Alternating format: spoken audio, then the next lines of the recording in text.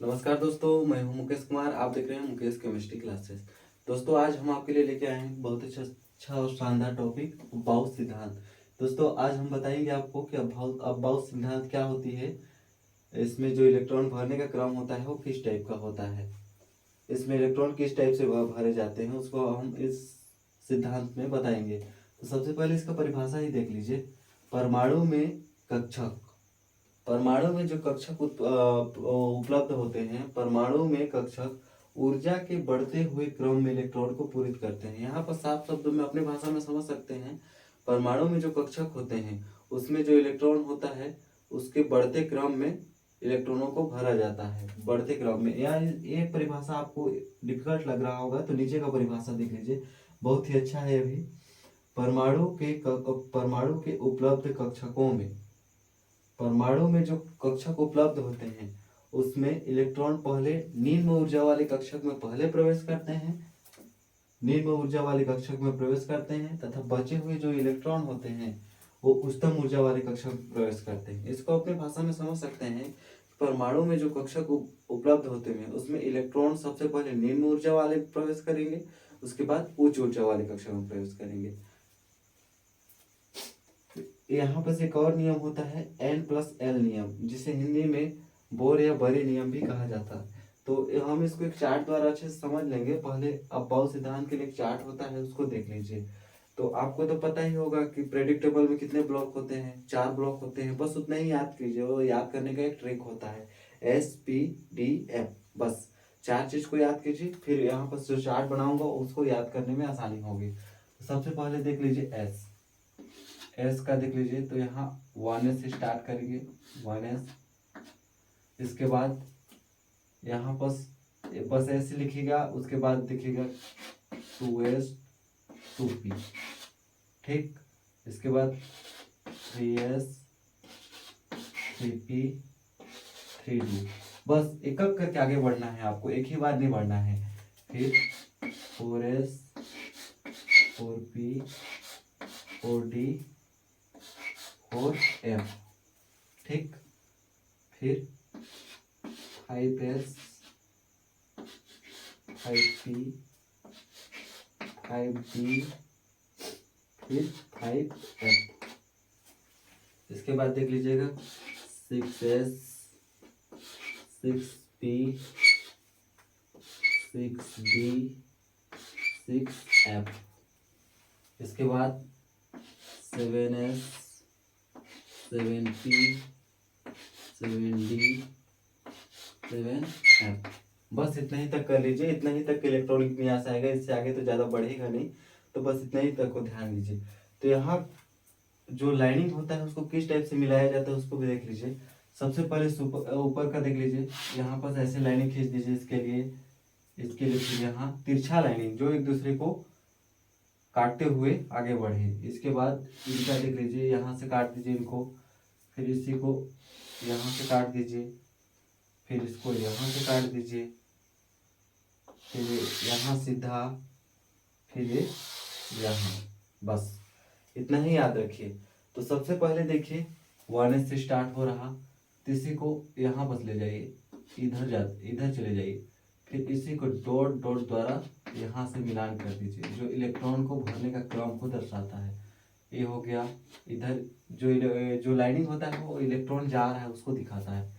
फिर नीचे चले जाइए, फिर इसी को डॉट डॉट द्वारा इधर समझाते जाइए, यहाँ आखिरी तक ले जाइए, क्योंकि इलेक्ट्रॉन इधर से प्रवेश करेगा ना भाई। फिर इधर से आ जाएगा इलेक्ट्रॉन, फिर इसी को इधर यहाँ बस मिला दीजिए, फिर इसी को सेम टू सेम आपको इसी नियम को याद रखना है। इसके बाद जो आपका इलेक्ट्रॉन भरने का क्रम है बहुत अच्छी तरीके से याद हो जाएगा। इसी प्रकार इसको भी ले जाइए डॉट डॉट द्वारा, ताकि आपको समझने में आसानी हो। यहाँ से आते ही इलेक्ट्रॉन इधर हो जाएगा, यहाँ से इधर से फिर स्टार्ट करेगा, फिर यहाँ से आ गया, यहाँ आ गया,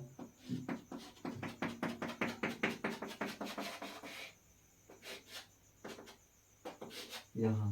बस इतना ही तक याद रखिए, इससे ज़्यादा जाने की जरूरत नहीं, क्योंकि इतना ही तक का जरूरत पड़ता है ज़्यादा। ऐसे लाइन खींचे रहेंगे ना तो आपको पता चलेगा कि इलेक्ट्रॉन सबसे पहले किस में प्रवेश करेगा, उसके बाद किस में। जैसे यहाँ देखिए 2s 2p, तो इस 2s के बाद 2p में गया, 2p के बाद सीधे नीचे आ गया, ये तो यहाँ नहीं गया ना। इसी ए लाइनिंग आपको दिखाएगा कि इलेक्ट्रॉन किस में प्रवेश करेगा। ये आसान तरीका होता है, सबसे आसान तरीका जो इलेक्ट्रॉन भरने का क्रम होता है। तो इस बात को नोट कर लीजिए, फिर उसको हम इंडिकेट करेंगे, उसको दिखाएंगे कि इलेक्ट्रॉन सबसे पहले किस में प्रवेश करता है। तो इसको नोट कर लीजिएगा, वीडियो को बैक करके मैं यहाँ पर मिटा देता हूँ।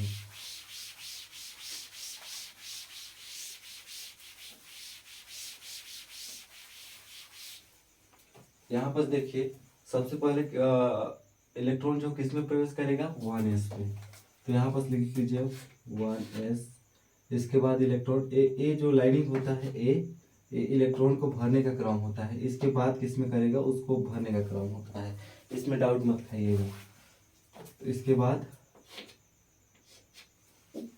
बाद लाइनिंग किधर गया है, 2s में, फिर 2s में प्रवेश किया। इसके बाद 2s के बाद 2p में प्रवेश किया, 2p में। उसके बाद 3s में,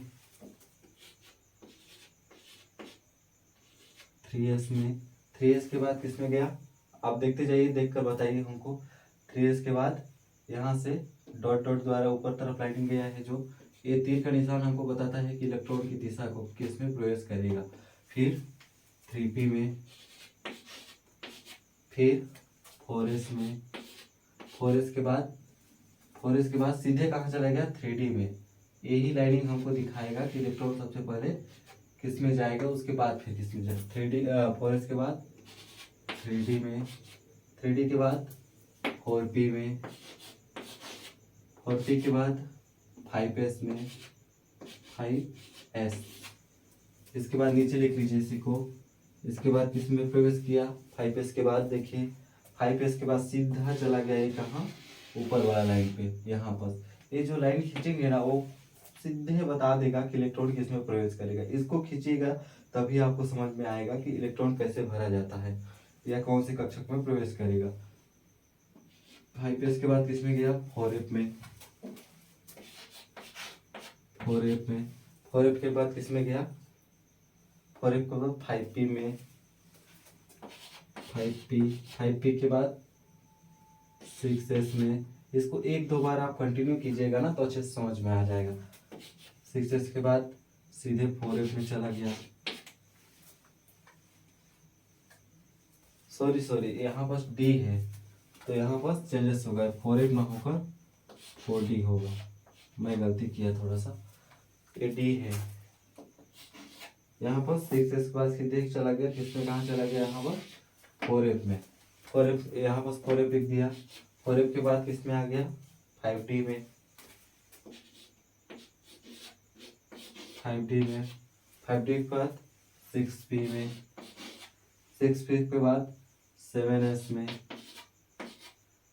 7s के बाद चाहे तो आप इधर भी लिख सकते हैं, इसको तिरछा लाइन मिला के 8s करके यहाँ से स्टार्ट कर सकते हैं। तो इतना का जरूरत पड़ेगा नहीं है, तो इतना तक ध्यान मत दीजिए। अब यहीं पर देख लेते हैं n+l नियम क्या होता है। n+l नियम या इसी को बोर या बरी नियम भी कहा जाता है। n+l नियम होता है जिसमें n का मान सबसे न्यूनतम होता है, उसी में इलेक्ट्रॉन प्रवेश करते हैं। n+l का मान जिसमें न्यूनतम होता है उसी में इलेक्ट्रॉन प्रवेश करते हैं। फिर n+l का मान जिसमें अधिक होता है उसके बाद दूसरा प्रवेश किया जाता है, उससे भी सबसे कम होगा उसमें पहले प्रवेश करेगा। वो आपको परिभाषा में ही दिया गया था, उसको आप अच्छे से देख लीजिएगा। n+l नियम भी वही कहता है कि जिसमें इलेक्ट्रॉन ऊर्जा कम होती है उसी में प्रवेश करेगा, फिर उसके बाद उच्च वाले ऊर्जा पे प्रवेश करेगा। इसको तो आप अच्छे से उदाहरण द्वारा भी समझ सकते हैं, जिसका हम देंगे उदाहरण अभी। जैसे n+l नियम, n+l नियम यहाँ पर देख लीजिए n+l नियम को, जहां n जो होता है मुख्य क्वांटम संख्या है, मुख्य क्वांटम संख्या या मुख्य ऊर्जा भी बोल सकते हैं इसको, मुख्य क्वांटम संख्या। n जो होता है द्विगांशी क्वांटम संख्या, जिसके लिए l का मान अलग अलग होता है। जो क्वांटम संख्याएं हैं हमारी, या बोल सकते क्वांटम संख्या तो 4 प्रकार की होती है, एन, एल, एम, एस। इसमें ज़्यादा ध्यान मत दीजिए, बस आप एल को देखिए, एल का मान क्या क्या होता है। जो हमारा यहाँ पर मान है ना, S P D F, S P D F, यहाँ पर एल का मान अलग अलग होता है, उसको देख लीजिए। एस के लिए इसको तो याद करना पड़ेगा, ये सूत्र है। तो एस के लिए एल का मान कितना होता है 0, पी के लिए कितना होता है 1, डी के लिए 2 और एफ के लिए 3। बस इतना याद कर लीजिए। इसके बाद सब क्वेश्चन को आपको क्या बोलते हैं, हल करने में एकदम आसानी होगी। यहाँ क्या बोला गया है, एन प्लस एल, जहाँ एन मुख्य ऊर्जा स्तर है, जो एन, ये जो सबसे पहले जो है ना 1 लिखा हुआ है यहाँ पर 2, इसको दर्शाता है, यहाँ पर दर्शाता है। जैसे 6 दिया हुआ है तो इसमें एन का मान क्या होगा, ये होगा एन का मान, एन का मान 6 होगा। यहाँ पर एन का मान कितना होगा 4 होगा। यहाँ पर एन का मान कितना होगा 5 होगा। यहाँ पर एन का मान कितना होगा 6। यहाँ पर नंबरिंग दिया हुआ है ना एन, जैसे 3D दिया हुआ है तो इसमें एन का मान पूछ देगा कि इसमें एन कौन सा है, तो आप बता सकते हैं कि ये वाला एन है। बस इतना ही करना है आपको, ज़्यादा कुछ ध्यान में रखना नहीं है। बाकी एल कमांड को तो मैं वहाँ पर अच्छे से बता ही दिया हूँ कि एस के लिए कितना होता है, पी के लिए कितना होता है, डी के लिए कितना होता है, एफ के लिए कितना होता है। तो यहाँ पर एन कमांड, अब जैसे इसके लिए देख लीजिए, यहाँ के लिए कि 4s में इलेक्ट्रॉन पहले क्यों प्रवेश किया, उसके बाद डी में क्यों किया, उसको अच्छे से कंफर्म हो जाएगा एन प्लस एल नियम से। ठीक, तो एन प्लस एल का मान रख दीजिए। एन बराबर कितना हो गया 4s में, 4s में एन बराबर कितना हो गया 4, और एल बराबर कितना हो गया, एस के लिए एल का मान कितना होता है 0, तो यहाँ पर क्या रखेंगे 0, 4 प्लस 0 बराबर 4। ठीक, और इसी प्रकार 3D को देख लीजिए।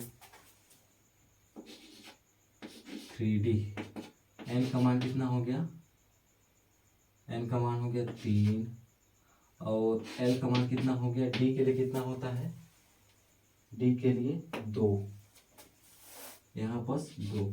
तो एन प्लस एल नियम में मान रख दीजिए बराबर 3 प्लस 2 बराबर 5। तो इलेक्ट्रॉन सबसे पहले किसमें प्रवेश करेगा, जिसमें इलेक्ट्रॉन सबसे पहले उस पर प्रवेश करेगा जिसकी ऊर्जा सबसे कम होती है, या परिभाषा में भी तो दिया गया था, न्यूनतम ऊर्जा वाले कोष पे पहले प्रवेश करता है, फिर उच्चतम ऊर्जा वाले कोष पे प्रवेश करता है। तो यहाँ पर 4 ज़्यादा कम है 5 से, तो 4 के रिस्पेक्ट में 4 किसका है 4s का, तो 4s में इलेक्ट्रॉन सबसे पहले प्रवेश किया। यहाँ पर देखिए 4s में पहले प्रवेश किया, फिर 3D में प्रवेश किया यहाँ पर, क्योंकि इसकी ऊर्जा अधिक है। एकदम सरल और आसान भाषा में ही होता है n प्लस एल। अब इसी को अलग टाइप से देख लीजिए, वहाँ पर सब इसको देख लीजिए। अब यहाँ पर देख लीजिए 5D और 6P में,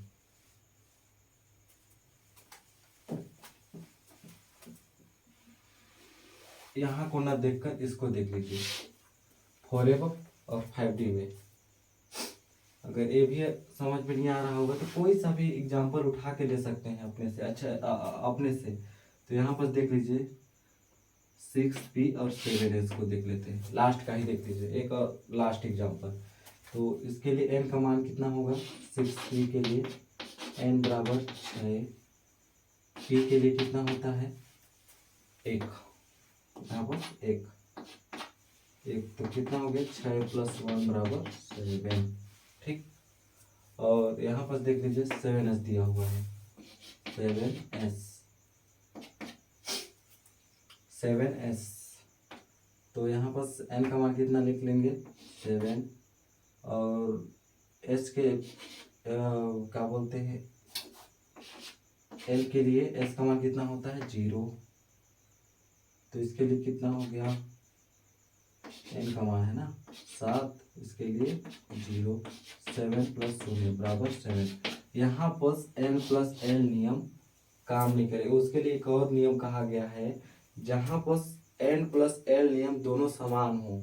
जैसे इसमें तो अलग अलग था, लेकिन इसमें क्या हो गया, दोनों समान है। यहाँ पर देखिए दोनों समान है, एक समान है। वहां पर क्या करना है आपको, वहां पर एन की वैल्यू को देखा जाता है।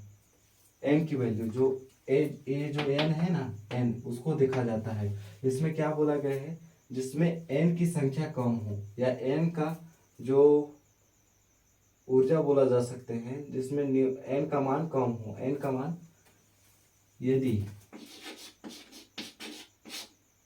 एन प्लस एल दोनों समान हो,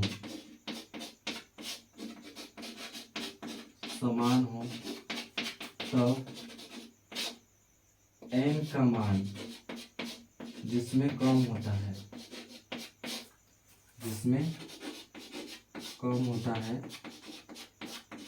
इलेक्ट्रॉन उसमें पहले प्रवेश करेगा। यहाँ पर देखिए 7 यहाँ भी है, 7 यहाँ भी है, मतलब एन का मान, एन प्लस एल का मान दोनों समान हो। तो क्या बोला है, एन प्लस दोनों समान हो तब एन का जिसमें कम होता है इलेक्ट्रॉन उसमें पहले प्रवेश करेगा, तो इसमें से एन का मान किस में है, 6 में। 7 है, यहाँ पर एन का मान कितना है, 7, यहाँ पर एन का मान है 6। तो इसमें इलेक्ट्रॉन पहले प्रवेश करेगा, इसीलिए यहाँ पर इलेक्ट्रॉन पहले 6p में प्रवेश किया, फिर 7s में प्रवेश किया। यहाँ पर दो नियम दिया गया है, एन प्लस एल नियम, और यदि एन प्लस एल दोनों समान हो वहाँ पर एन का मान को देखा जाता है। बस इतना ही याद रखिए, इसके बाद और अच्छे से क्लियर हो जाएगा आपको। एक दो एग्जाम्पल और दे देते हैं। जैसे यहाँ पर इसको उठा लीजिए, 4D और 5P को। 4D के लिए एन का मान कितना हो गया, 4, और 5P के लिए यानी एल का मान कितना हो गया, डी के लिए कितना होता है, 2। तो 4 + 2 = 6। और यहाँ पर 5P के लिए ले लीजिए, 5, एन का मान कितना हो गया, 5, और एल का मान कितना हो गया, पी के लिए कितना होता है, 1। 5 + 1 बराबर कितना हो गया, 6। यहाँ पर दोनों का मान समान है, तो यहाँ पर कौन सा नियम काम करेगा, जिसमें n प्लस एल का दोनों का मान समान हो वहाँ पर n की मात्रा को देखा जाता है। जिसमें n का मान सबसे कम होगा वहीं पर इलेक्ट्रॉन सबसे प्रवेश करेगा। तो यहाँ पर देखिए n का मान सबसे कम है 4D में, 4D में n का मान कम है 4, और 5P में 5 है, मतलब 4 कम है। तो इलेक्ट्रॉन सबसे पहले यहाँ प्रवेश करेगा, फिर यहाँ प्रवेश करेगा। ठीक, इसीलिए समझ में आ गया अच्छे से कि यहाँ पर 4D में पहले प्रवेश क्यों किया, फिर 5P में क्यों प्रवेश किया। एक और आसान ट्रिक होता है, सबसे इजी ट्रिक, जिसको अभी बताने जा रहा हूँ। अगर उसको याद कर लीजिए या उसको समझ गए ना, तो ये सब चार्ट बनाने की आपको जरूरत नहीं पड़ेगी। तो उसको देख लेते हैं, उसी को मैजिक ट्रिक भी कहा जा सकता है। अभी तक तो कोई बताए नहीं होंगे, बट मैं बता देता हूँ। मैजिक ट्रिक,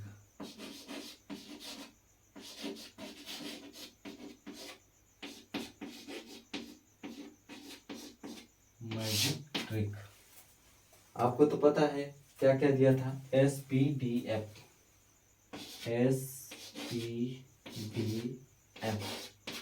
बस 4 संख्या को आप याद कर लीजिए बस, और इसके सामने नंबरिंग कर दीजिए 1 2 3 4।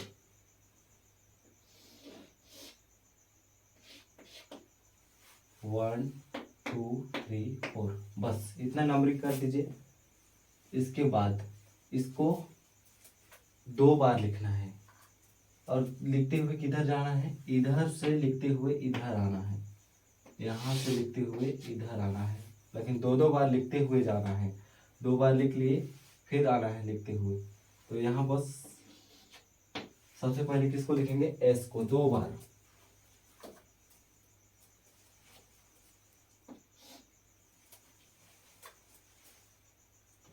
S 2 बार लिखा गया, S। ठीक, इसके बाद P क्या बोलते हैं, P को इधर से काउंट करते हुए इधर आना है। इधर तो आगे बढ़ रहे हैं लेकिन इधर काउंट करते हुए आना है, जिसको दो दो बार लिखना है। फिर एस एस का 2 बार हो गया, फिर पी एस को 2 बार लिख लीजिए। यहाँ पर हो गया पी एस पी एस, इसको 2 बार हो गया। फिर इस यहाँ पर डी में पहुंच जाइए, डी को भी 2 बार लिख लीजिए। इधर काउंट करते हुए आना है आपको, डी पी एस, ठीक। फिर यहाँ से स्टार्ट कर दीजिए, डी पी एस, ठीक। डी तक हो गया। फिर एफ को देख लीजिए, एफ को भी दो बार लिख लीजिए। तो यहाँ बस एफ डी पी एस, ठीक। फिर क्या बोलते हैं, एक बार हुआ एफ डी पी एस, फिर एक बार और लिख लीजिए, डी पी नहीं एफ डी पी एस, बस इतना तक लीजिए। 2 बार लिखना है आपको। इसके बाद ना यहाँ बस कितना दिया है, 1 से काउंट कर दीजिए। यहाँ बस इसको नंबरिंग करते जाइए, एस कितने बार आया है, तो 1 2 3 4 5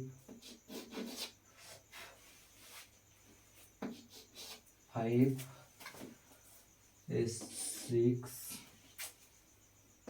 7 8, ठीक। और क्या बोलते हैं यहाँ बस फिर पी को काउंट कर दीजिए। पी कितना नंबरिंग से स्टार्ट है, 2 नंबर से, तो 2 नंबर से स्टार्ट कर लीजिए। 2 3 4 5, पी कहाँ है फिर, 6, बस 6 तक इसको लिख लीजिए। नहीं, यहाँ पर एक और पी है जो मेरी नज़र में नहीं आया, 6 7। इसके बाद डी वाले केस में देख लीजिए, डी कहाँ से नंबरिंग स्टार्ट है, 3 से, तो यहाँ पर हो गया 3 4 5 6। इसके बाद एफ का देख लीजिए, एफ का नंबरिंग कहाँ से स्टार्ट है, 4 से है, तो इसमें एफ है का कहीं पास नहीं, 4 अरे 5, बस इतना ही ध्यान रखिए स्ट्रिक में, बस इतना ही है। इसके बाद क्या बोला गया है, निम्न ऊर्जा से उच्च ऊर्जा की ओर इलेक्ट्रॉन प्रवेश करता है, तो इसको ऐसे लगाते जाइए, तब ना फिर पता चलेगा कि इलेक्ट्रॉन कहाँ प्रवेश किया, निम्न ऊर्जा से उच्च ऊर्जा की ओर। इसको भी लगा दीजिए, ऐसे लाइन खींच दीजिए, तो बताता है कि इलेक्ट्रॉन प्रवेश करने की दिशा को, यहाँ भी यहाँ भी यहाँ भी। अब इन दोनों में मिलान कीजिए, इन दोनों में मिलान कीजिए। यहाँ पर कितना दिया है, 1s, यहाँ भी देखिए 1s। इसके बाद क्या है, 2s, यहाँ पे 2s, यहाँ पे 2s, 2p, फिर 3s, 3p, 4s, 3d, 4p, यहाँ भी 4p, 5s, यहाँ भी 5s, ठीक। 4d, यहाँ भी 4d, 5p, यहाँ भी 5p, 6s, यहाँ भी 6s, 4f, यहाँ भी 4f, 5d, यहाँ भी 5d, 6p, यहाँ भी 6p, 7s, यहाँ भी 7s। मैं बताया था ना, अब बाउ नियम में जो इलेक्ट्रॉन हम लिख रहे थे ना sp_df, उसको और भी आगे तक बढ़ा सकते हैं। यहाँ बस मैं बढ़ाया हूँ इसलिए इतना अंक आया, अगर आप भी बढ़ाए होते तो सेम टू सेम यही आता जो यहाँ बस आया है। देखिए इन दोनों में क्या है, समानता है कि नहीं, दोनों एक समान है। तो सबसे अच्छा ट्रिक कौन सा हुआ, ये वाला। अगर उसको आप याद नहीं भी कर रहे हैं तो इसको याद कर लीजिए, जो लास्ट में बताया हूँ। वीडियो को बैक करके देख लीजिएगा, लास्ट में जो बताया हूँ उसको अच्छे से देख लीजिएगा, तो आपको कंफर्म पता चल जाएगा कि मैं कैसे क्या बोला।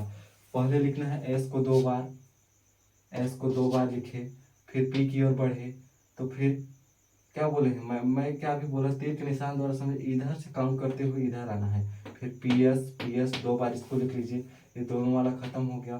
फिर डी का लिख लीजिए, DPS एक हो गया, DPS 2 बार इसको भी लिख लीजिए। फिर डी वाला खत्म हो गया। फिर एफ का लिख लीजिए, FDPS। अगर ऐसे करेंगे ना तो सेम टू सेम यही मान आपको प्राप्त होगा, जो आपको इलेक्ट्रॉनिक व्यास निकालते समय एकदम आसानी होगी। वहां बस आपको उतना लंबा अबाउट नियम का वो ऐसे लाइनिंग नहीं खींचना पड़ेगा, ऐसे लिखे थे ना, तो भी ऐसा ऐसे वैसे करने की जरूरत ही नहीं पड़ेगी। वहां पर एकदम इजी ट्रिक है, इसको अगर आप याद कर लिए तो उतना करने का जरूरत पड़ेगा ही नहीं आपको। कहीं बस भी किसी का भी इलेक्ट्रॉनिक व्यास एकदम आसानी से निकाल सकते हैं। ठीक, जैसे नॉर्मल अगर आपका रहेगा, जैसे सोडियम का इलेक्ट्रॉनिक विन्यास पूछती है, सोडियम को परमाणु क्रमांक 11 होता है, तो उतना तक निकालने की जरूरत नहीं है कि वो पहले उसको निकाले। अब उस ट्रिक को याद रहेगा तो आप यहाँ पर तुरंत कर सकते हैं। 11 नंबर कोई ज़्यादा बड़ा तो है नहीं, तो यहाँ का बस क्या लिख सकते हैं, 1s, फिर 2s, 2p, फिर 3s। इतना निकालने में तो आपको ज़्यादा होगा नहीं परेशानी, क्योंकि और इसमें इन ऑर्बिटल में कितना इलेक्ट्रॉन भरे जाते हैं आपको तो पता ही होगा। एस में हमेशा 2 इलेक्ट्रॉन भरे जाते हैं, इसमें भी 2, पी में 6 इलेक्ट्रॉन भरे जाते हैं। फिर 2, 4 और 6 कितना हो गया, 10, और इलेक्ट्रॉनिक विन्यास कितना है, 11, यहाँ पर 1। बस इतना ही। इस ट्रिक सबसे ज़्यादा बेटर है, ये वाला ट्रिक, इसको आप याद कर लिए तो इतना लंबा उसको याद करने की जरूरत पड़ेगी ही नहीं। देख लीजिए आप कितना आसान तरीके में बताया हूँ मैं। इसको अगर एक बार और रिवीजन कर लीजिएगा, वीडियो को बैक करके देख लीजिएगा तो बहुत आसानी होगी आपको आगे पढ़ने में, या इलेक्ट्रॉनिक विन्यास निकालने में सबसे आगे निकाल पाएंगे। तो ठीक दोस्तों, मिलते हैं अगले नए टॉपिक में, तब तक इसको अच्छे से रिपीट कर लीजिएगा। धन्यवाद।